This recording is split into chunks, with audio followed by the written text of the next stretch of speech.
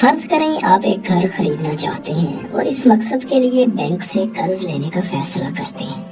Bank آپ کو 20 سال کی آسان اقساط پر قرض جاری کر دیتا ہے جس سے آپ گھر خرید لیتے ہیں، لیکن کچھ ہی عرصہ بعد اپنی خراب معاشی صورتحال کی وجہ سے آپ ادائیگیاں نہیں کر پاتے، تو ایسی صورتحال میں آپ دیوالیہ قرار دیے جائیں گے یا معاشی اصطلاح میں آپ ڈیفالٹ کر جائیں گے۔ نتیجہ یہ نکلے گا کہ قانون نافذ کرنے والے ادارے حرکت میں آئیں گے اور بالآخر قرض سے خریدا گیا آپ کا وہ گھر نیلام کر دیا جائے گا اور ان حاصل شدہ پیسوں سے بینک اپنی ڈوبی ہوئی رقم یا وہ قرض جو اس نے آپ کو دیا تھا وہ رقم واپس حاصل کر لے گا۔ اس کے بعد اگلی بار جب آپ قرض لینے کی کوشش کریں گے تو بینک آپ کی ہسٹری اور کریڈٹ کے خراب ریکارڈ کے معیار کی وجہ سے یا تو قرض دے گا ہی نہیں یا پھر قرض تو دے گا لیکن زیادہ سخت شرائط پر اور زیادہ ریٹ آف انٹرسٹ پر۔ دوستو بالکل اسی طرح اگر کوئی کمپنی اپنے قرضوں میں ڈیفالٹ کرتی ہے تو اس کی ریٹنگ کے ساتھ ساتھ اس کے سٹاکس کی ویلیو یعنی اس کی شیئر کی قیمت بھی گر جاتی ہے۔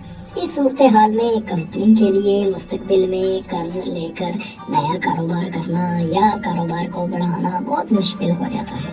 بالکل اسی طرح ملکوں یا حکومتوں کو بھی اپنا معاشی نظام چلانے کے لیے قرض کی ضرورت ہوتی ہے۔ ترقی پذیر ممالک کو اپنی مالی ضروریات پوری کرنے کے لیے اکثر بیرونی قرضوں کا سہارا لینا پڑتا ہے۔ دوستو اس ویڈیو میں ہم یہ جاننے کی کوشش کریں گے کہ کسی ملک کو قرض لینے کی ضرورت کیوں پیش آتی ہے، ڈیفالٹ کیا ہوتا ہے اور کن حالات میں ممالک ڈیفالٹ کر جاتے ہیں، ڈیفالٹ کرنے کے کیا نتائج نکل سکتے ہیں اور پاکستان کے ڈیفالٹ ہونے کے کیا چانسز ہیں۔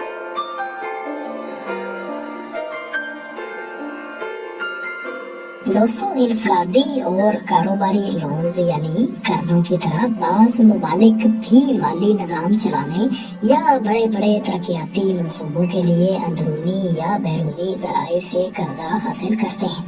اندرونی قرضے حاصل کرنے کا ایک ذریعہ اس ملک کے اپنے مقامی بینک بھی ہو سکتے ہیں۔ اس کے علاوہ حکومت مقامی کرنسی میں بانڈز یا سیونگ سرٹیفکیٹس وغیرہ جاری کر کے بھی سرمایہ اکٹھا کر سکتی ہے۔ یہ بانڈ یا سرٹیفکیٹ ایک ایسا آلہ ہوتے ہیں جنہیں حکومت ایک مخصوص مدت کے لیے جاری کرتی ہے اور ان کے خریداروں کو حکومت اس وقت تک باقاعدگی سے منافع بھی ادا کرتی رہتی ہے، اور جب اس سرٹیفکیٹ کی مدت پوری ہو جاتی ہے تو سرمایہ کار کو اس کی اصل رقم یعنی جس قیمت کا یہ سرٹیفکیٹ ہوتا ہے وہ بھی حکومت واپس کر دیتی ہے۔ مقامی کرنسی میں حاصل کیے گئے لون کا فائدہ یہ ہوتا ہے کہ اگر حکومت ان بانڈز کو میچورٹی یعنی ان کا انویسٹمنٹ کا دورانیہ پورا ہونے پر پیسوں کی ادائیگی کرنے کے قابل نہ ہو تو وہ آسانی سے مزید نوٹ بھی چھاپ سکتی ہے۔ تاہم ایسا کرنے کا نقصان یہ ہے کہ مقامی کرنسی کی قدر میں کمی واقع ہو جاتی ہے جس سے سرمایہ کاروں کو بھی نقصان اٹھانا پڑ سکتا ہے۔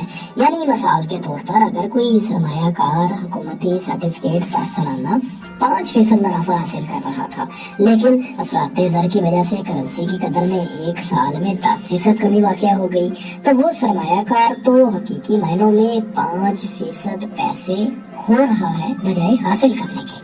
لیکن دوستوں ملکوں کا معاشی نظام چلانے کے لیے صرف مقامی کرنسی کافی نہیں ہوتی۔ اپنی ضروریات پوری کرنے کے لیے تقریباً ہر ملک کو دوسرے ممالک سے کچھ نہ کچھ اشیاء درآمد کرنی پڑتی ہیں جس کے لیے غیر ملکی کرنسی خصوصاً ڈالرز درکار ہوتے ہیں۔ ڈالر کی کمی پوری کرنے کے لیے معاشی طور پر کمزور ممالک کو بیرونی قرضوں کا سہارا لینا پڑتا ہے۔ بہت بڑے بڑے میگا پروجیکٹس جن کے لیے سامان کی درآمدات یا بیرونی سروسز درکار ہوں ان کی تکمیل میں مدد کے لیے بھی بڑے بین الاقوامی ترقیاتی بینک جیسا کہ ورلڈ بینک یا ایشین ڈیولپمنٹ بینک وغیرہ چھوٹے ممالک کو قرض فراہم کرتے ہیں۔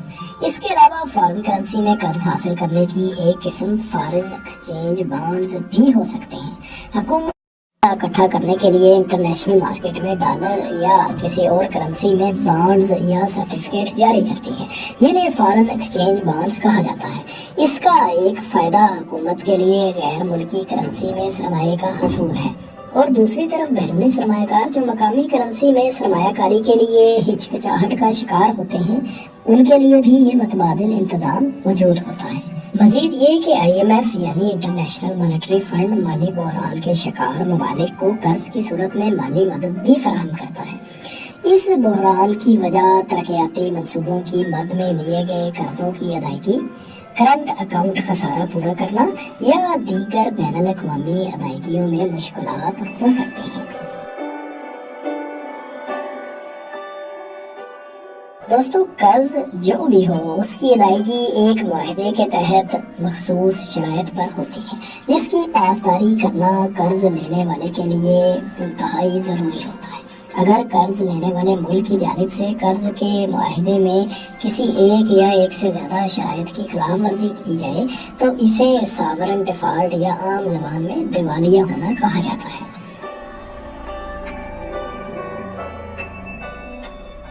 عام طور پر ساورن ڈیفالٹ کی سب سے بڑی وجہ قرض کی عدم ادائیگی یا ادائیگی میں تاخیر ہے۔ اس کے علاوہ فارن ایکسچینج بانڈز کے منافع یا اصل رقم کی عدم ادائیگی بھی ڈیفالٹ ہی کہلاتی ہے۔ زر مبادلہ کے ذخائر میں تیزی سے کمی، قرضوں کا بھاری بوجھ، بھاری کرنٹ اکاؤنٹ خسارہ، یعنی جتنی چیزیں کوئی ملک منگوا رہا ہے اور جتنی بیرون ملک بھیج رہا ہے ان کا فرق، معاشی جمود اور سیاسی عدم استحکام کسی ملک کے ڈیفالٹ کرنے کی انتہائی بنیادی اور اہم وجوہات ہیں۔ آئیے ان وجوہات کا جائزہ لیتے ہیں۔ سب سے پہلے یہ دیکھا جاتا ہے کہ کسی ملک کے زر مبادلہ کے ذخائر کا حجم کیا ہے اور ان کے مقابلے میں قریب ترین مدت میں واجب الادا بین الاقوامی ادائیگیوں، قرضوں اور سود کی مالیت کتنی ہے۔ اس لیے زر مبادلہ کے ذخائر ملکی ضروریات کے مطابق درآمدات کرنے، قرض کی قسط ادا کرنے اور فارن ایکسچینج بانڈز کا منافع ادا کرنے کے لیے کافی ہونے چاہیے۔ بصورت دیگر اس ملک کے ڈیفالٹ ہونے کے امکانات پیدا ہو جاتے ہیں۔ کسی ملک کا کرنٹ اکاؤنٹ خسارہ اس وقت ہوتا ہے جب اس ملک کے اندر زر مبادلہ کم رہا ہو اور اس ملک سے زر مبادلہ باہر زیادہ جا رہا ہو۔ تجارتی خسارہ عام طور پر کرنٹ اکاؤنٹ خسارے کا سب سے بڑا جزو ہوتا ہے۔ تجارتی خسارے سے مراد کسی ملک کی برآمدات سے ہونے والی کمائی اور درآمدات پر ہونے والے اخراجات کا فرق ہوتا ہے، یعنی برآمدات کم ہونا اور درآمدات زیادہ ہونا۔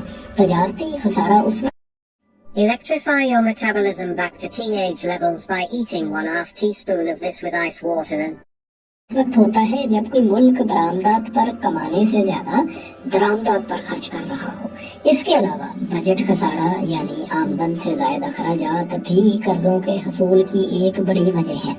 طویل عرصے تک چلنے والا بھاری کرنٹ اکاؤنٹ اور بجٹ خسارہ کسی ملک کے دیوالیہ یا ڈیفالٹ ہونے کا سبب بن جاتا ہے۔ معاشی جمود یعنی اکنامک اسٹیگنیشن بھی ڈیفالٹ کی ایک بڑی وجہ ہے۔ مسلسل معاشی جمود یعنی معیشت کا ترقی نہ کرنا کسی ملک کی معیشت کو کمزور کر دیتا ہے، جس سے ملکی آمدنی کو بڑھانا مشکل ہو جاتا ہے۔ نتیجتاً اس ملک کے قرض ادا کرنے کی صلاحیت کم ہو جاتی ہے۔ اس سے ملکی اور غیر ملکی قرض دہندہ کے اعتماد میں بھی کمی آتی ہے، جس سے مزید قرضے حاصل کرنا بھی مشکل اور مہنگا ہو جاتا ہے۔ سیاسی عدم استحکام کے باعث ملک میں معاشی پالیسیوں کا تسلسل برقرار نہیں رہتا، جس کی وجہ سے ملک میں غیر ملکی سرمایہ کاری لانا بہت مشکل ہو جاتا ہے۔ اسی طرح مالیاتی بد انتظامی بھی سرمایہ کار کے عدم اعتماد کی ایک بڑی وجہ ہے، جو ملک کی معیشت کے لیے شدید نقصان دہ ہے۔ لہذا سیاسی عدم استحکام اور مالیاتی بد انتظامی بھی ساورن ڈیفالٹ کی اہم وجہ ہے۔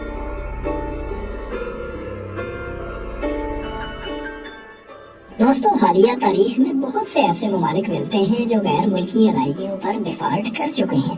ان میں بعض ممالک بشمول وینزویلا، ایکواڈور اور ارجنٹینا ایسے ہیں جو ایک سے زائد بار ڈیفالٹ کر چکے ہیں۔ دلچسپ بات یہ ہے کہ ڈیفالٹ ہونے والے تمام ممالک ترقی پذیر یا معاشی اعتبار سے کمزور ہی نہیں تھے۔ بعض معاشی طور پر مستحکم سمجھے جانے والے ممالک بھی ڈیفالٹ کر چکے ہیں۔ آج امریکہ دنیا کی سب سے بڑی معیشت ہے، مگر 1840 کی دہائی میں امریکی معیشت بھی دیوالیہ ہو چکی ہے۔ اس وقت امریکہ کی 26 میں سے 19 ریاستوں نے اپنے قرضوں پر ڈیفالٹ کا اعلان کر دیا تھا۔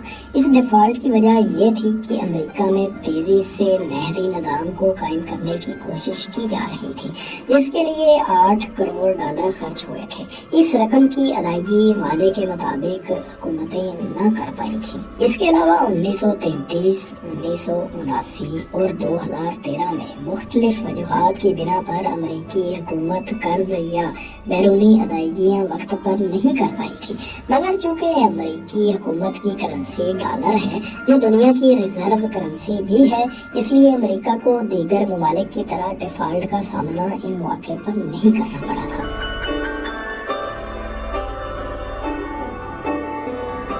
حال ہی میں سری لنکا کی حکومت اپنے غیر ملکی قرضوں کی ادائیگیوں پر ڈیفالٹ کر چکی ہے۔ سری لنکا کی کمزور معیشت کئی دہائیوں سے بحرانوں کا شکار رہی ہے۔ ماضی میں سری لنکن حکومت ڈیفالٹ سے بچنے کے لیے 16 بار چکی ہے، تاہم اس بار صورتحال بہت مختلف اور زیادہ گھمبیر تھی۔ سری لنکا کے ڈیفالٹ کی ایک بڑی وجہ حکومت کی مالی بد انتظامی کو سمجھا جاتا ہے، لیکن 2020 کی وبا بھی اس صورتحال کو خراب کرنے میں شامل تھی۔ سری لنکا کی غیر ملکی آمدن کا تقریباً 25% حصہ سیاحت کے شعبے سے وابستہ ہے، اور اس عالمی وبائی مرض نے سری لنکا کی سیاحت کی صنعت کو بری طرح متاثر کیا تھا۔ بالآخر 2022 میں سری لنکن حکومت اپنی تاریخ میں پہلی بار غیر ملکی قرض دہندگان کو قرض کی ادائیگی معطل کرنے پر مجبور ہو گئی تھی۔ 1979 کے ایران کے انقلاب کے فوراً بعد قائم ہونے والی نئی حکومت نے پچھلی ایرانی گورنمنٹ کی جانب سے لیے گئے اربوں ڈالر کے بیرونی قرض واپس کرنے سے صاف انکار کر دیا تھا، اور یوں وہ بھی ڈیفالٹ کر گئی تھی۔ آئس لینڈ کی آبادی محض 4 لاکھ نفوس سے بھی کم ہے، لیکن اس کے باوجود 2008 کے عالمی مالیاتی بحران کے دوران آئس لینڈ نے $85 بلین سے زیادہ کے بیرونی قرضوں میں ڈیفالٹ کیا تھا۔ اس کے نتیجے میں آئس لینڈ کی سٹاک مارکیٹ کریش کر گئی تھی، اور ملک کی تقریباً 15% آبادی یعنی لگ بھگ 50,000 سے زائد شہریوں کی جمع پونجی ضائع ہو گئی تھی۔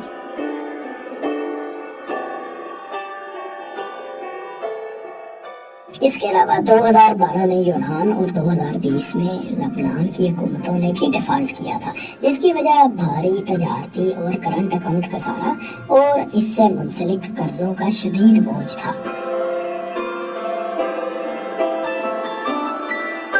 روس 1998 میں، یوکرین 1998 اور 2015 میں، جبکہ وینزویلا 2017 میں شدید معاشی جمود کے باعث ڈیفالٹ کر چکا ہے۔ 2001، 2014 اور 2019 میں ارجنٹینا، جبکہ 2008 اور 2020 میں ایکواڈور نے سیاسی عدم استحکام اور غلط معاشی پالیسیوں کے باعث ڈیفالٹ کیا تھا۔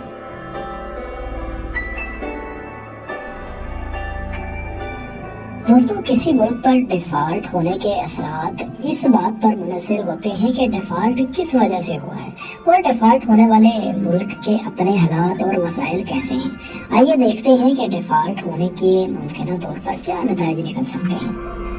ڈیفالٹ کا سب سے بڑا نقصان یہ ہوتا ہے کہ دنیا کی بڑی کریڈٹ ریٹنگ ایجنسیاں جیسے کہ موڈیز اور فچ ڈیفالٹ کرنے والے ملک کی کریڈٹ ریٹنگ کم کر دیتی ہیں، یعنی ان پر اعتماد کھو دیتی ہیں۔ نتیجتاً ایسے ملک کے لیے عالمی اداروں کے عدم اعتماد کے باعث مستقبل میں مالی لین دین اور قرضوں کے حصول میں مشکلات پیدا ہو جاتی ہیں، جس سے ملک کی تجارت اور بڑے بڑے ترقیاتی منصوبوں کی تکمیل پر انتہائی منفی اثرات مرتب ہوتے ہیں۔